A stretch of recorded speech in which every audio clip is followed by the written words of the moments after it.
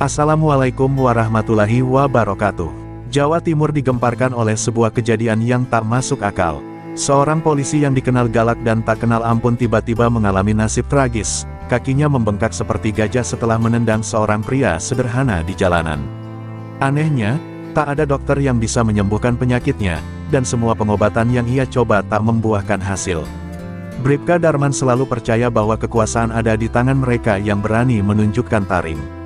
Sebagai seorang polisi, ia terbiasa bertindak keras di jalanan, memastikan bahwa setiap orang tahu siapa yang berkuasa. Namun, sebuah insiden kecil mengubah segalanya.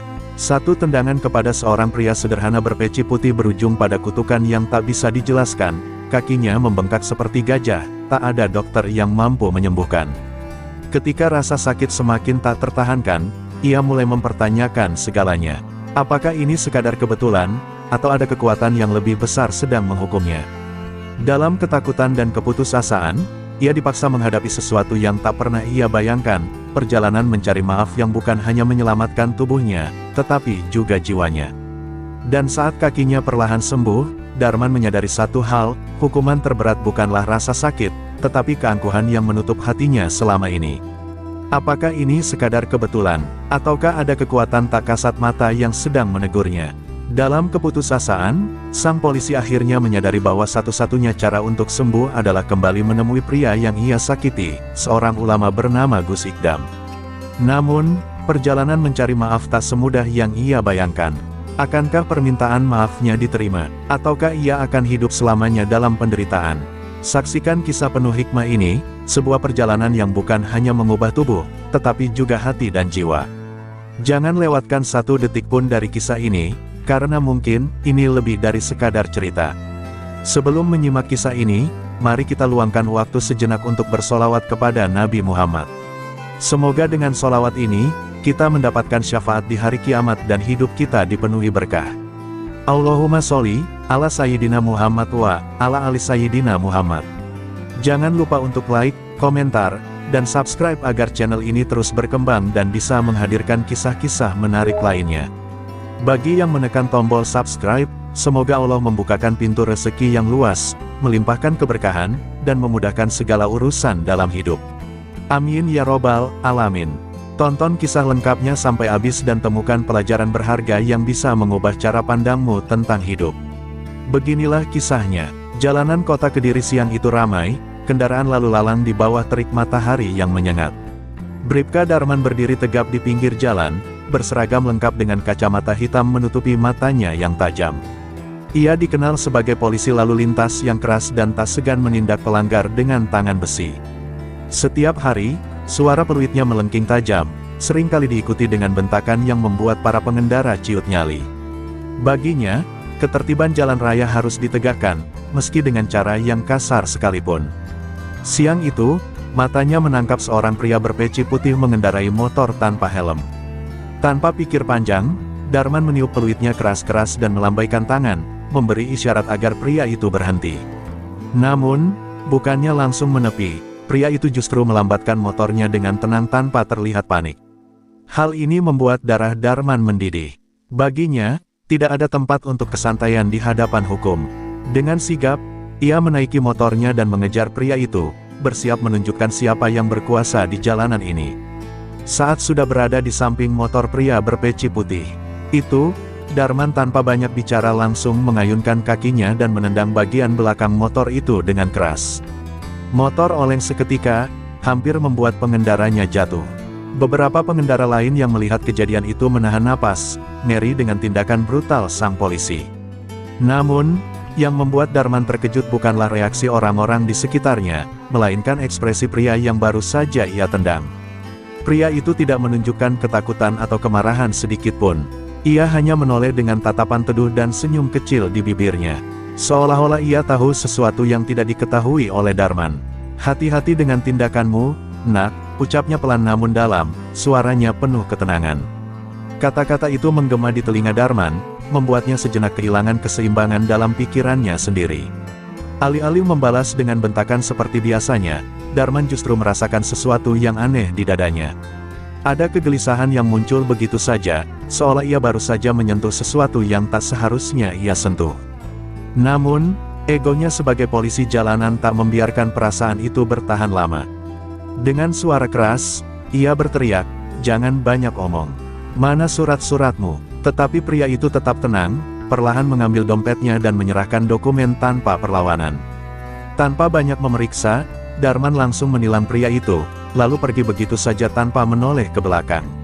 Namun, saat ia melangkah ke motornya, sebuah nyeri tajam tiba-tiba menusuk bagian kakinya yang tadi ia gunakan untuk menendang. Ia mengabaikannya, mengira hanya kram biasa akibat gerakan mendadak. Namun, ketika ia melanjutkan tugasnya, rasa sakit itu semakin menjadi-jadi. Sore harinya, saat melepas sepatu di rumah, Darman terkejut melihat kakinya mulai membengkak. Awalnya hanya sedikit, tetapi dalam hitungan jam, pembengkakan itu bertambah besar, kulitnya mulai kemerahan, dan denyut sakitnya semakin menyiksa. Saat itu, ia belum menyadari bahwa kehidupannya akan berubah selamanya sejak insiden di jalan raya tadi. Malam itu, Bribka Darman duduk di kursi ruang tamunya, mencoba mengangkat kakinya yang mulai terasa berat. Ia mengira hanya kelelahan, tapi saat menyingkap celana seragamnya, jantungnya berdegup kencang. Kakinya yang tadi siang hanya terasa nyeri, kini membengkak 2 kali lipat dari ukuran normal.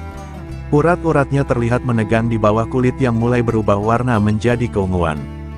Darman menggertakkan giginya, mencoba menekan bagian yang bengkak, namun seketika rasa sakit yang luar biasa menjalar hingga ke pahanya. Ia tersentak, napasnya memburu. Ini bukan kram biasa. Istrinya, Siti, yang baru saja keluar dari dapur membawa segelas teh, langsung terkejut melihat suaminya meringis kesakitan. "Mas, kenapa kakimu?" tanyanya cemas, meletakkan gelas di meja dan bergegas menghampiri. Dengan gemetar, Darman menunjuk kakinya yang terus membengkak, napasnya terdengar berat. "Aku nggak tahu, tiba-tiba begini," jawabnya lirih. Siti menatap kaki suaminya dengan ngeri. "Kita harus ke dokter sekarang juga, Mas. Ini nggak normal." Darman menggeleng keras. Ego dan harga dirinya sebagai pria, sebagai polisi, tak mengizinkannya terlihat lemah. "Besok saja, mungkin cuma keseleo," katanya, mencoba terdengar meyakinkan, meski hatinya sendiri penuh kecemasan. Namun, malam itu, ia tidak bisa tidur. Rasa nyeri di kakinya semakin menjadi-jadi, seperti ada sesuatu yang menekan dari dalam. Setiap kali ia mencoba bergerak, denyutan tajam menjalar hingga ke pangkal pahanya. Keringat dingin membasahi pelipisnya, meski udara malam terasa dingin. Menjelang subuh, Darman akhirnya menyerah. Rasa sakitnya sudah di luar batas kewajaran. Ia membangunkan Siti dengan suara parau, "Antar aku ke rumah sakit." Tanpa membuang waktu, Siti membantu suaminya berdiri, tetapi begitu Darman mencoba menapakkan kaki ke lantai, ia langsung terjatuh. Kakinya tidak lagi mampu menahan berat tubuhnya sendiri. Dengan susah payah, Siti membantunya naik ke mobil dan melajukan kendaraan menuju rumah sakit dengan panik. Setibanya di UGD, dokter segera melakukan pemeriksaan. Beberapa perawat membantu mengangkat kaki Darman yang kini terlihat lebih besar dari sebelumnya, hampir seperti kaki gajah. Dokter mengernyit heran, menekan-nekan bagian yang bengkak. "Aneh, tidak ada tanda-tanda infeksi, tidak ada luka atau riwayat penyakit bawaan," gumamnya. Ia memerintahkan serangkaian tes darah dan ronsen, tetapi hasilnya nihil. Tak ada kelainan medis yang bisa menjelaskan kondisi ini. "Secara teori, kaki Bapak sehat, tapi ini jelas bukan kondisi yang normal," ujar dokter dengan nada bingung. Darman merasa kepalanya berputar. Bagaimana mungkin? Jika bukan penyakit, lalu apa yang sedang terjadi padanya?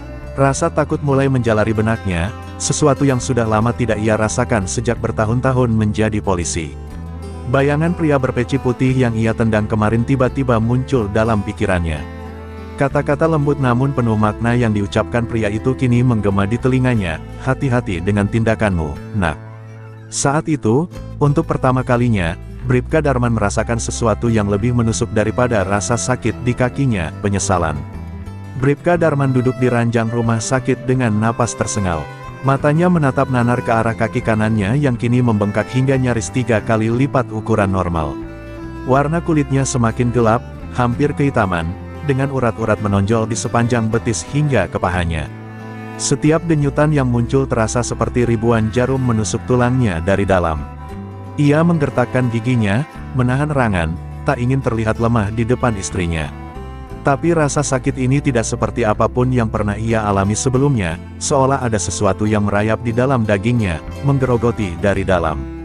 Dokter datang bersama 2 perawat, membawa hasil tes darah dan ronsen yang telah dilakukan semalam. Dengan wajah serius, dokter duduk di samping tempat tidur Darman. "Pak Darman," katanya, suaranya tenang namun tegas, "kami sudah melakukan berbagai pemeriksaan. Hasilnya, kaki Bapak tidak menunjukkan adanya infeksi, retak tulang, atau gangguan sirkulasi darah. Ini tidak masuk akal secara medis." Darman mengernyit. "Maksud dokter apa? Lalu kenapa kaki saya begini?" Suaranya bergetar, antara marah dan takut. Dokter menarik napas panjang. "Itulah yang aneh, Pak. Secara medis, kaki Bapak seharusnya baik-baik saja. Tapi pembengkakan ini, tidak ada penyebabnya." Ia menunjuk hasil ronsen yang menunjukkan tulang dan jaringan otot yang tampak normal. Seolah-olah ini terjadi tanpa alasan, seperti sesuatu di luar ilmu kedokteran. Mata Darman membelalak, perkataannya membuat tubuhnya merinding. Sesuatu di luar ilmu kedokteran. Ia menelan ludah, tiba-tiba teringat kembali kejadian di jalan kemarin, saat ia menendang pria berpeci putih itu, lalu kata-kata misterius yang diucapkan pria tersebut. Darman menepis pikirannya. "Tidak, ini pasti bisa dijelaskan. Jadi, saya harus bagaimana, Dok?" tanyanya, berusaha menekan kepanikan dalam suaranya. Dokter menggeleng pelan. "Kami bisa memberikan obat pereda nyeri dan terapi untuk mengurangi pembengkakan, tapi kami tidak bisa menjamin kesembuhan." Kata-kata itu menghantam Darman lebih keras daripada tamparan. Tidak bisa menjamin kesembuhan. Bagaimana mungkin? Ia seorang polisi, seorang pria kuat yang terbiasa mengendalikan keadaan. Tapi kini, tubuhnya sendiri justru berkhianat, dan tak ada satupun dokter yang bisa menjelaskan apa yang terjadi. Siti, yang sejak tadi duduk di kursi di sudut ruangan, akhirnya bersuara. "Mas, ini mungkin bukan penyakit biasa," katanya lirih. "Mungkin ini ada hubungannya dengan..." Ia ragu sejenak, lalu melanjutkan dengan hati-hati, "kejadian kemarin, orang yang Mas tendang itu." Darman langsung menoleh, matanya menyipit tajam. "Omong kosong," bentaknya, meski di dalam hatinya, ia tidak bisa menghilangkan rasa takut yang mulai mencengkeram dirinya. Malam itu, saat rumah sakit mulai sepi dan hanya suara mesin monitor yang terdengar, Darman terbaring dengan mata terbuka. Rasa sakit di kakinya semakin menggila, seperti ada sesuatu yang bergerak di dalamnya. Tubuhnya gemetar oleh ketakutan yang belum pernah ia rasakan sebelumnya. Untuk pertama kalinya dalam hidupnya, ia merasa bahwa hukum dan kekuasaan yang selama ini ia genggam tidak ada artinya. Karena kali ini, musuhnya bukanlah pelanggar lalu lintas, melainkan sesuatu yang tak kasat mata, yang tak bisa ia hadapi dengan bentakan atau gertakan. Malam di rumah sakit terasa begitu sunyi. Bribka Darman berbaring di ranjangnya, matanya menatap langit-langit kamar dengan tubuh yang mulai dikuasai kelelahan. Kakinya semakin membengkak, denyutannya semakin terasa seperti ada sesuatu yang hidup di dalamnya, merayap perlahan, menggerogoti dagingnya dari dalam. Keringat dingin membasahi pelipisnya, meski pendingin ruangan bekerja dengan baik. Ia memejamkan mata, berharap tidur bisa mengusir rasa sakit ini, meski hanya sebentar. Namun, saat matanya terpejam, ia langsung terseret ke dalam sebuah mimpi yang begitu nyata. Dalam mimpinya, ia berdiri di tengah hamparan lautan luas berwarna merah pekat, seperti darah yang membentang tanpa batas. Angin bertiup kencang, membawa suara-suara samar yang bergema di telinganya. Di kejauhan, sosok seorang pria berjubah putih berdiri di atas permukaan air, menghadap ke arahnya. Sosok itu perlahan mendekat, dan semakin dekat ia melangkah, semakin jelas wajahnya terlihat. Itu dia, pria yang kemarin ia tendang. Pria berpeci putih itu masih dengan ekspresi yang sama, tatapan teduh, senyum kecil di bibirnya. Namun kali ini, ada sesuatu yang berbeda. Matanya bukan lagi sekadar menatap, tapi seakan menembus ke dalam diri Darman, menguliti seluruh kesalahannya satu persatu. "Kau masih belum sadar, Nak?" Suara pria itu bergema, tenang tapi menghujam dada Darman seperti petir. Darman membuka mulutnya untuk berbicara, tapi tak ada suara yang keluar. Tubuhnya terasa berat, seolah-olah ada beban tak kasat mata yang menekannya ke bawah. Pria itu melangkah lebih dekat, kini hanya berjarak beberapa meter darinya. "Kesombonganmu membuatmu buta," lanjut pria itu. "Kau menendang tanpa berpikir, bertindak tanpa hati, dan kini kau bertanya-tanya mengapa kakimu tidak bisa lagi berdiri tegak. Darman terengah-engah. Pikirannya berputar, ingin menyangkal semuanya, ingin berteriak bahwa ini hanya mimpi buruk, bahwa ini bukan karena tindakannya. Tapi sebelum ia sempat berbicara, pria itu mengangkat satu jari, menunjuk ke arah kakinya. Seketika, Darman merasa tubuhnya tertarik ke bawah. Ia melihat ke bawah dan terkejut, kedua kakinya tenggelam ke dalam darah, perlahan ditelan hingga ke lutut. Ia mencoba menariknya, tapi semakin ia berusaha, semakin cepat tubuhnya tenggelam. "Tidak, lepaskan aku," teriaknya. Pria itu menghela napas, seolah menyesali sesuatu. "Kesembuhan hanya datang pada mereka yang tahu caranya meminta," katanya pelan.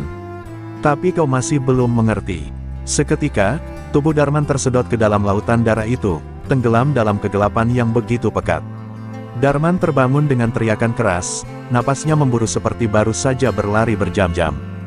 Keringatnya mengalir deras, membasahi bantal dan tubuhnya. Siti yang tidur di kursi sebelahnya langsung tersentak bangun. "Mas, kenapa?" tanyanya panik. Darman tidak menjawab, ia hanya duduk terdiam, menatap lurus ke depan dengan mata kosong. Mimpi itu terasa terlalu nyata. Kata-kata pria itu masih terngiang jelas di kepalanya. Kesembuhan hanya datang pada mereka yang tahu caranya meminta. Untuk pertama kalinya, Darman benar-benar mulai memahami apa yang sedang terjadi padanya.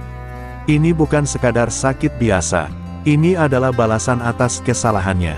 Dan mungkin, satu-satunya cara untuk sembuh adalah dengan mencari pria itu, dan meminta maaf.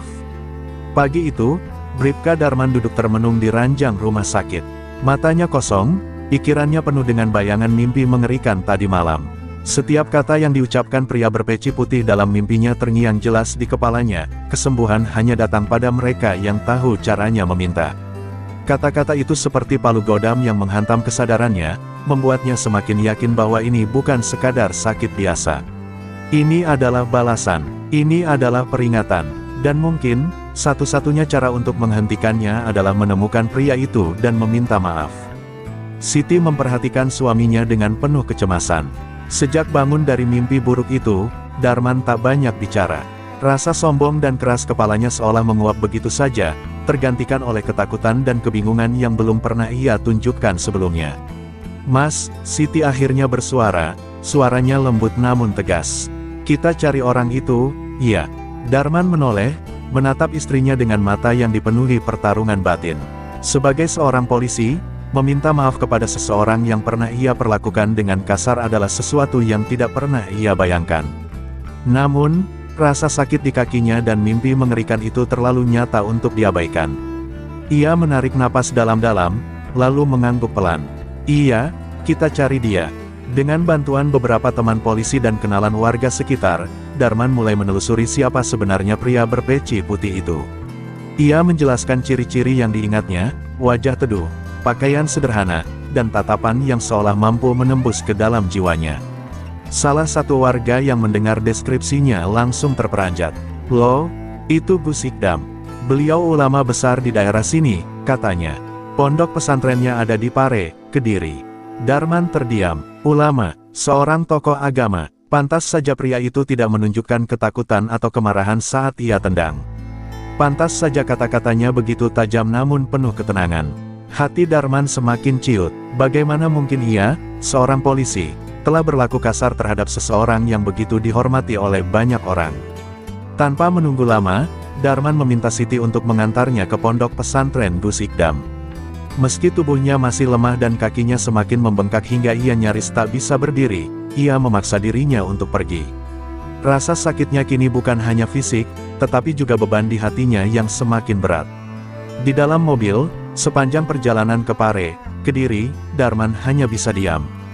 Jantungnya berdebar kencang, bukan karena sakit, tetapi karena rasa takut yang lain. Takut akan penolakan, takut bahwa maafnya tidak akan diterima. Takut bahwa meskipun ia bersujud di hadapan Gus Ikdam, semuanya sudah terlambat. Namun, di balik semua ketakutannya, ada secercah harapan bahwa mungkin, hanya mungkin, ia masih bisa mendapatkan pengampunan dan kesembuhan. Mobil yang membawa Bribka Darman akhirnya tiba di halaman pondok pesantren yang sederhana namun penuh ketenangan. Langit Kediri siang itu mendung, seakan mencerminkan kegundahan yang berkecamuk di hatinya. Ia menatap gerbang pesantren dengan perasaan campur aduk. Kakinya yang bengkak dan nyeri membuatnya sulit melangkah, tetapi yang lebih menyiksanya adalah perasaan malu yang menggerogoti harga dirinya. Ia, seorang polisi yang selama ini merasa berkuasa di jalanan, kini harus merendahkan diri di hadapan seseorang yang pernah ia sakiti.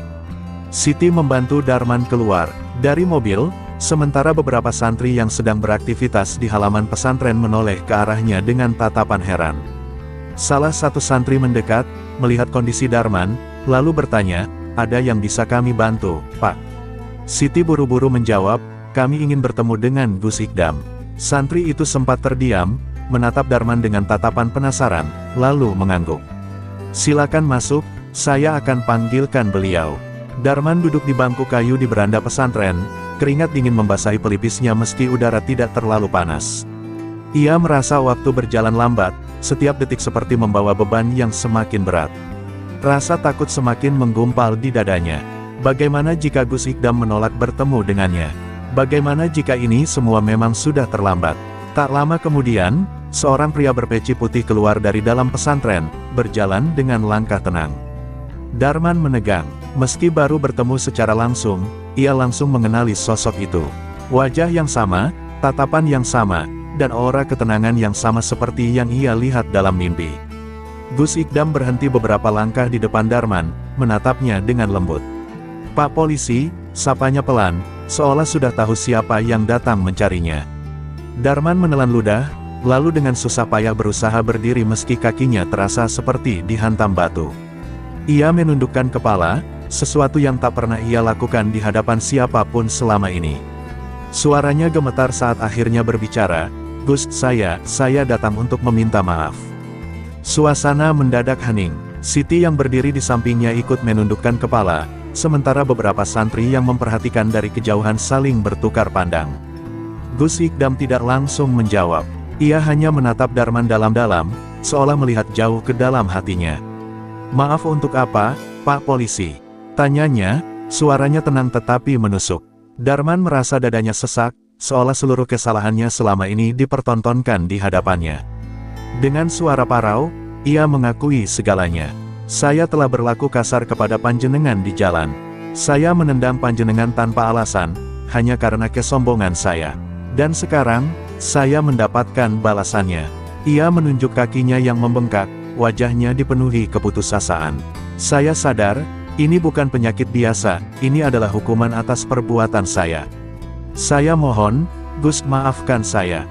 Gus Ikdam tetap diam sejenak, lalu tersenyum kecil. "Pak Polisi," katanya lembut, "Allah Maha Pengampun. Tetapi, apakah benar-benar datang ke sini karena ingin meminta maaf, atau karena ingin sembuh?" Pertanyaan itu menghujam Darman tepat di hatinya. Ia terdiam, tak mampu menjawab. Selama ini, ia hanya berpikir bagaimana agar kakinya sembuh, tanpa benar-benar merenungkan arti dari permintaan maaf itu sendiri. Saat itu juga, ia menyadari bahwa untuk mendapatkan ampunan sejati, ia harus mengubah hatinya, bukan hanya sekadar mengucapkan kata-kata. Bribka Darman tercekat, kata-kata Gus Ikdam menembus relung hatinya yang terdalam. Selama ini, ia datang dengan harapan kakinya sembuh, tanpa benar-benar memahami makna permintaan maaf yang sesungguhnya. Ia menundukkan kepala, perasaan bersalah semakin menyesakkan dadanya. Saya memang ingin sembuh, Gus," suaranya nyaris berbisik, "tapi saya juga sadar bahwa saya telah berlaku semena-mena. Saya menyesal." Gus Ikdam tetap menatapnya dengan lembut, tetapi ada ketegasan dalam matanya. "Penyesalan tanpa perubahan tidak ada artinya, Nak," katanya perlahan. "Jika kau benar-benar ingin dimaafkan, kau harus belajar bagaimana menggunakan kekuasaan yang kau miliki dengan bijak. Apa kau siap untuk itu?" Darman menggigit bibirnya. Selama bertahun-tahun, ia telah terbiasa bertindak keras kepada orang-orang yang ia anggap lebih lemah.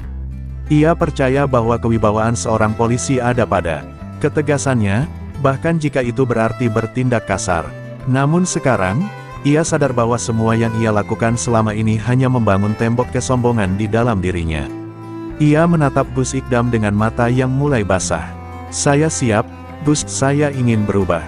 Gus Ikdam tersenyum kecil. "Baiklah," katanya, lalu menengadahkan tangan, berdoa dalam bahasa Arab yang begitu merdu.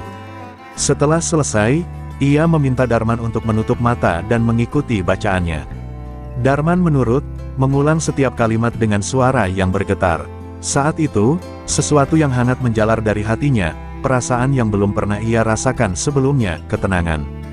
Ketika ia membuka matanya, Gus Ikdam menatapnya dengan penuh makna. "Sekarang pulanglah," katanya lembut. "Tapi sebelum pergi, berbuat baiklah kepada seseorang tanpa mengharapkan imbalan apapun." Darman kebingungan, apakah itu syarat agar ia sembuh? Namun, ia tidak berani bertanya lebih jauh. Dengan bantuan Siti, ia berpamitan dan kembali ke mobil. Sepanjang perjalanan pulang, pikirannya terus memikirkan kata-kata Gus Ikdam. Ia masih merasa sakit, kakinya tetap bengkak, tetapi ada sesuatu yang berbeda, beban di hatinya terasa lebih ringan. Keesokan harinya, saat masih dalam keadaan pincang, Darman melihat seorang tukang becak tua yang kesulitan mendorong becaknya yang mogok. Tanpa berpikir panjang, ia turun dari mobil dan membantunya, meskipun kakinya masih terasa nyeri. Ia tidak peduli pandangan orang-orang di sekitarnya.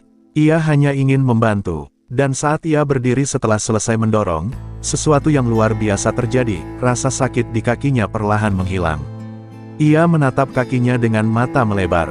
Bengkaknya mulai surut, dadanya bergemuruh, bukan karena keajaiban yang terjadi, tetapi karena ia akhirnya mengerti, kesembuhan tidak datang dari sekadar meminta maaf, tetapi dari ketulusan untuk benar-benar berubah. Darman berdiri terpaku di tepi jalan, matanya menatap tak percaya pada kakinya yang perlahan kembali ke ukuran normal. Rasa sakit yang selama ini menyiksanya perlahan memudar, seperti daun yang gugur ditiup angin. Ia mencoba menggerakkan kakinya, awalnya ragu, namun saat ia melangkah, tak ada lagi nyeri yang menghujam. Keajaiban ini terjadi bukan di rumah sakit, bukan dengan bantuan obat-obatan, tetapi setelah ia melakukan satu hal yang selama ini ia lupakan, membantu orang lain dengan tulus. Air mata menggenang di matanya. Ia mengingat kata-kata Gus Ikdam, bahwa kesembuhan sejati bukan sekadar soal meminta maaf, tetapi soal perubahan hati. Saat itu, ia benar-benar mengerti bahwa penyakitnya bukanlah kutukan, melainkan peringatan agar ia kembali ke jalan yang benar. Ia menoleh ke arah tukang becak tua yang kini tersenyum padanya, seolah memahami sesuatu yang tak perlu diucapkan. "Terima kasih, Nak," kata lelaki tua itu, suaranya penuh ketulusan. Darman mengangguk, suaranya tercekat di tenggorokan. Ia kembali ke mobil, Siti yang sejak tadi memperhatikan semuanya langsung mendekap tangannya erat. "Mas, kakimu," suaranya bergetar, antara haru dan tak percaya. Darman menarik napas panjang, lalu tersenyum kecil. "Iya, Dik, aku sembuh." Tapi jauh di dalam hatinya, ia tahu bahwa kesembuhan ini lebih dari sekadar kakinya yang kembali normal. Ia telah disembuhkan dari kesombongan, dari ego yang selama ini menutup hatinya. Hari-hari berikutnya, Darman kembali bertugas di kepolisian. Namun, ia bukan lagi sosok yang sama. Ia tidak lagi memandang dirinya sebagai penguasa jalanan, melainkan sebagai pelindung masyarakat. Jika dulu ia mudah meledak dan bertindak kasar, kini ia lebih sabar dan mendengarkan. Para rekan kerjanya heran melihat perubahan sikapnya, tapi Darman hanya tersenyum setiap kali mereka bertanya. Ia tidak perlu menjelaskan apapun, karena pengalaman itu hanya bisa dirasakan. Bukan diceritakan. Suatu hari, ia kembali ke pesantren Gus Ikdam, bukan untuk meminta kesembuhan, tetapi untuk mengucapkan terima kasih. Saat ia memasuki halaman pesantren, Gus Ikdam sudah berdiri di sana, seolah sudah tahu ia akan datang. "Bagaimana rasanya, Nak?" tanyanya dengan senyum bijak. Darman tersenyum, lalu berlutut, mencium tangan sang ulama dengan penuh hormat. "Terima kasih, Gus. Bukan hanya karena saya sembuh, tapi karena saya telah belajar arti sesungguhnya dari maaf dan keikhlasan." Gus Ikdam mengangguk, matanya penuh kebanggaan. "Jalanmu masih panjang, Nak. Ingat, kesombongan bisa datang kapan saja. Teruslah rendah hati, dan jangan lupakan apa yang telah kau pelajari." Darman mengangguk mantap. Ia tahu, hidupnya kini telah berubah. Ia telah diberi kesempatan kedua, dan ia tidak akan menyia-nyiakannya. Bribka Darman kini telah berubah. Dari seorang polisi yang arogan dan semena-mena, ia menjadi pribadi yang lebih sabar, bijaksana, dan penuh empati. Pengalaman pahit yang ia alami bukan hanya menyembuhkan kakinya, tetapi juga menyadarkannya bahwa kekuasaan sejati bukanlah tentang menaklukkan orang lain, melainkan tentang mengendalikan ego dan menjalani hidup dengan penuh kebijaksanaan. Kesombongan yang dulu membutakannya kini telah luruh, digantikan dengan pemahaman bahwa meminta maaf bukanlah tanda kelemahan, melainkan keberanian terbesar. Dan dari sanalah, ia menemukan makna kehidupan yang sesungguhnya, bahwa setiap tindakan memiliki konsekuensi, dan setiap kesalahan harus disertai penyesalan yang tulus serta perubahan nyata. Kisah ini bukan hanya tentang keajaiban fisik, tetapi juga tentang perjalanan batin seseorang yang menemukan kembali makna ketulusan dan keikhlasan. Sebab, terkadang, hidayah datang dalam bentuk ujian yang tak pernah kita duga. Cerita ini adalah karya fiksi yang dibuat untuk tujuan hiburan dan refleksi moral. Segala kesamaan nama, tempat, atau kejadian hanyalah kebetulan semata dan tidak dimaksudkan untuk menyinggung pihak manapun. Semoga kisah ini bisa menjadi pelajaran bagi kita semua. Jangan pernah meremehkan kekuatan sebuah permintaan maaf dan keikhlasan. Terima kasih sudah mengikuti cerita ini hingga akhir. Sampai jumpa di kisah berikutnya. Wassalamualaikum warahmatullahi wabarakatuh.